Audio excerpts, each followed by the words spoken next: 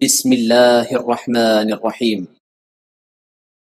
السلام علیکم ورحمۃ اللہ وبرکاتہ۔ الحمد للہ وکفی وسلام علی عبادہ الذین اصطفی، اما بعد۔ حاضرین و ناظرین، یہ 10 نومبر 2163 ہے اور آج ہم سورۃ الطلاق کی تفسیر کا آغاز کر رہے ہیں، اور آج صرف ایک آیت کی تلاوت اور تشریح کی جائے گی۔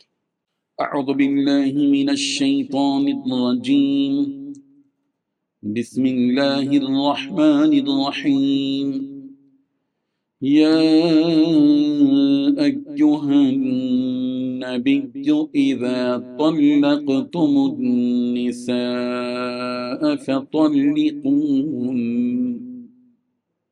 فطلقوهن لعدتهن وأحصوا العدة واتقوا الله ربكم لا تخرجوهن من بيوتهن ولا يخرجن إلا أن يأتين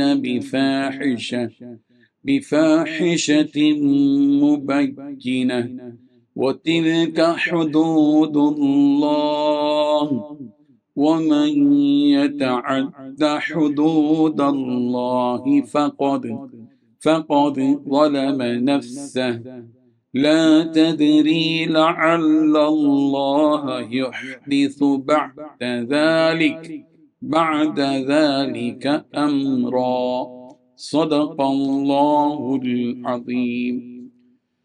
لفظی ترجمہ یوں ہے، یا ایہا النبی، اے نبی، اذا جب، طلقتم تم طلاق دو، النساء عورتوں کو، فطلقوہن تو تم انہیں طلاق دو، لعدتہن ان کی عدت میں، وَأَحْصُوا اور تم شمار کرو العدت عدت کو، واتقوا اللہ اور تم ڈرو اللہ سے، ربکم جو تمہارا رب ہے، لا تخرجوہن نہ تم نکالو انہیں، من بیوتہن ان کے گھروں سے، ولا یخرجن اور نہ وہ نکلیں، الا مگر ان یاتینا کہ وہ کریں، بفاحشۃ کوئی بے حیائی، مبینہ ظاہر، وَتِلْكَ اور یہ حدود اللہ اللہ کی حدیں ہیں، وَمَن يَتَعَدَّى جو کوئی تجاوز کرے حدود اللہ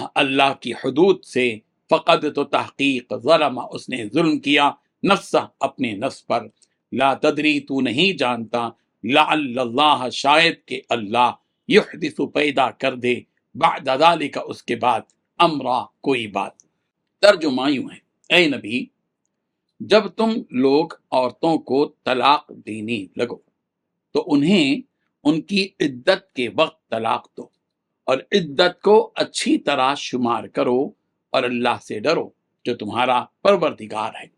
ان عورتوں کو ان کے گھروں سے نہ نکالو اور نہ ہی وہ خود نکلیں، الا یہ کہ وہ کسی کھلی بے حیائی کا ارتکاب کریں، اور یہ اللہ کی مقرر کی ہوئی حدود ہیں، اور جو کوئی اللہ کی مقرر کی ہوئی حدود سے آگے نکلے اس نے خود اپنی جان پر ظلم کیا، تم نہیں جانتے شاید اللہ اس کے بعد کوئی نئی بات پیدا کر دے۔ اس ایک آیت میں 6 باتیں بیان کی گئی ہیں۔ پہلی بات، اے نبی جب آپ لوگ عورتوں کو طلاق دینے لگو تو انہیں ان کی عدت کے وقت طلاق دو۔ دوسری بات، عدت کو اچھی طرح شمار کرو، اللہ سے ڈرو جو تمہارا پروردگار ہے۔ تیسری بات، ان عورتوں کو گھروں سے نہ نکالو اور نہ ہی وہ خود نکلیں، الا یہ کہ وہ کسی کھلی بے حیائی کا ارتکاب کریں۔ چوتھی بات، یہ اللہ کی مقرر کی ہوئی حدیں۔ پانچویں بات، جو کوئی اللہ کی مقرر کی ہوئی حدوں سے آگے نکلے اس نے خود اپنی جان پر ظلم کیا۔ چھٹی بات، تم نہیں جانتے شاید اللہ اس کے بعد کوئی نئی بات پیدا کر دے۔ بزرگان محترم، پچھلی صورت میں اللہ تعالیٰ نے بیوی بچوں کی محبت پہ پڑھ کر اللہ تعالیٰ کے احکامات سے غافل ہونے پر متنبہ کیا۔ اس صورت میں اللہ تبارک و تعالیٰ انہی بیویوں سے متعلق چند احکام جن میں سب سے اہم طلاق کا مسئلہ ہے اسے بیان کر رہے ہیں۔ اسی کے ساتھ ساتھ اولاد اور مطلقہ عورت کا جو نفقہ ہوتا ہے وہ بھی بیان کیا جا رہا ہے۔ چنانچہ ارشاد فرمایا، اے نبی جب آپ لوگ جب اپنی بیویوں کو طلاق دو تو انہیں عدت کے وقت طلاق دو، اور عدت کو اچھی طرح یاد رکھو۔ یہاں عدت سے مراد پاکی ہے۔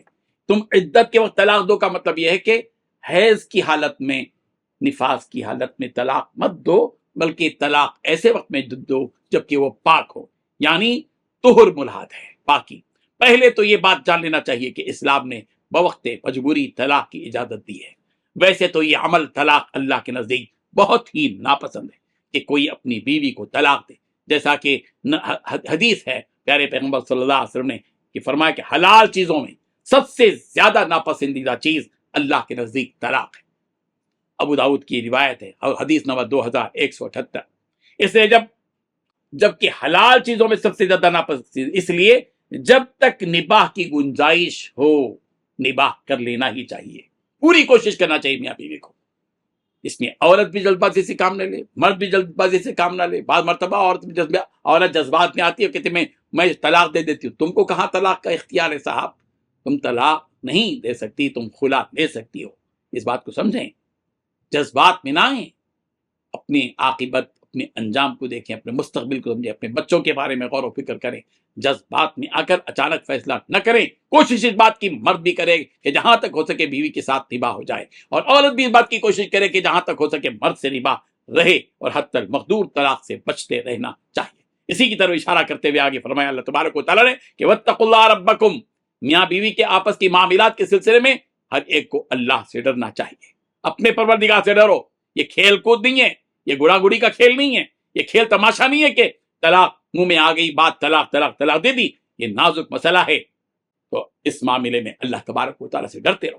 اگر کوئی ایسی صورت پیش آ جائے کہ جس میں نباہ بالکل ناممکن ہو جائے تو ایسی صورت میں طلاق دے سکتے ہو، اور اس کا طریقہ یہ ہے کہ جب عورت اپنے حیض سے پاک ہو جائے، اس پاکی میں اس عورت سے جمع بھی نہ کیا گیا ہو، تو اب اس عورت کو طلاق دو۔ یہی طلاق کا سنت طریقہ ہے۔ اور جب عورت کو طلاق دے دی جائے تو عورت اس مرد کے نکاح سے خارج ہونے تک اس مرد پر اس عورت کا رفقہ اور سکنا باقی رہتا ہے۔ تو اس لحاظ سے اللہ تعالیٰ یہاں طلاق دینے والے مرد کو یہ تاکید فرما رہے ہیں کہ جب تک طلاق کی عدت یعنی 3 حیض گزر نہ جائیں، تم اس عورت کو اپنے گھر سے مت نکالو، اور نہ خود یہ عورت اس گھر سے نکلے۔ یہ حکم اللہ تبارک و تعالیٰ نے اس لیے دیا ہے کہ وہ دونوں ایک جگہ رہنے کی وجہ سے ہو سکتا ہے کہ وہ دونوں پھر سے اپنے اختلافات کو بھول کر ایک ساتھ رہنے لگیں اور طلاق کی نوبت ہی نہ آئے، تو اس طرح ایک گھر ٹوٹنے سے بچ سکتا ہے۔ اگر یہ دونوں الگ الگ رہیں تو ظاہر بات ہے کہ دوریاں اور نفرت اور بڑھ جاتی ہے۔ بات اکثر یہی ہوتا ہے کہ جہاں نباہ نہ ہو سکا فوراً فیصلہ کر دیا، اور جو ہے بیوی بھاگ کر گھر چلی گئی اور اپنے گھر میں جا کر رہ گئی، میں نہیں آؤں گی۔ نہیں، طریقہ یہ نہیں ہے کہ نباہ کرنے کی پوری کوشش کی جائے، اور طلاق بھی ہو تو طلاق کے بعد بھی وہ رہے، وہ اپنی جگہ رہے، یہ اپنی جگہ رہے، اور دونوں میں ہو سکتا ہے کہ بعد میں نباہ کا مسئلہ ہو جائے اور بن جائے، بات محبت کی آ جائے، تو پھر جو ہے ان کی زندگی چل سکتی ہے۔ اس لیے اللہ تبارک و اس سلسلے میں جو باریکیاں ہیں مفتیان کرام سے پوچھیں، علماء کرام سے پوچھ پاچھ کر اس سلسلے میں معلومات کریں۔ اللہ تعالیٰ نے اس کا لحاظ رکھتے ہوئے یہ حکم فرمایا، اور عورت کو بھی آگاہ کر دیا گیا کہ وہ بھی ضد اور انا کی وجہ سے ایسا کوئی قدم نہ اٹھائے اور گھر سے باہر نہ نکلے۔ ہاں، اگر یہ عورت کوئی بے حیائی کا کام کرنے لگے، جیسے زنا کرے یا گھر والوں کو ستائے، شوہر یا ان کے والدین کو اذیت دے، تو ایسی صورت میں شوہر اسے گھر سے نکال سکتا ہے۔ یا پھر اگر اس عورت کو شوہر یا اس کے گھر والے ستائیں یا اس پر ظلم کریں، اس کی جان کو خطرہ لاحق ہو جائے، تو ایسی صورت میں وہ عورت اس گھر کو چھوڑ کر جا سکتی ہے۔ یہاں اللہ تبارک و تعالیٰ نے مطلقہ عورت کے لیے عدت مقرر کی۔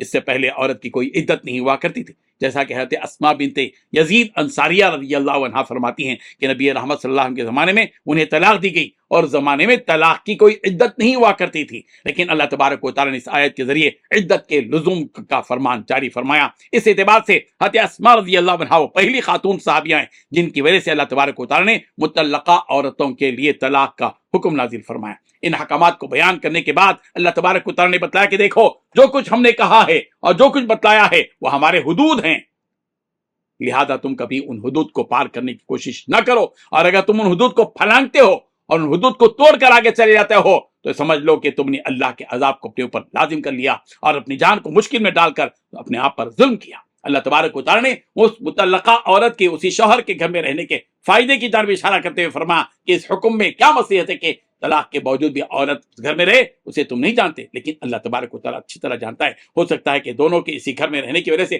آپس میں محبت پیدا ہو جائے اور طلاق کی نوبت ہی نہ آئے۔ یعنی جو ہے دونوں کے دونوں، جیسے کہ حکم دیا کہ پہلے جو ہے بستر الگ کرو، جو ہے نا موقع دو، ناراضگی کا اظہار رہتا ہے، بعد میں چل کر جو ہے طلاق کی نوبت ہی نہ آئے۔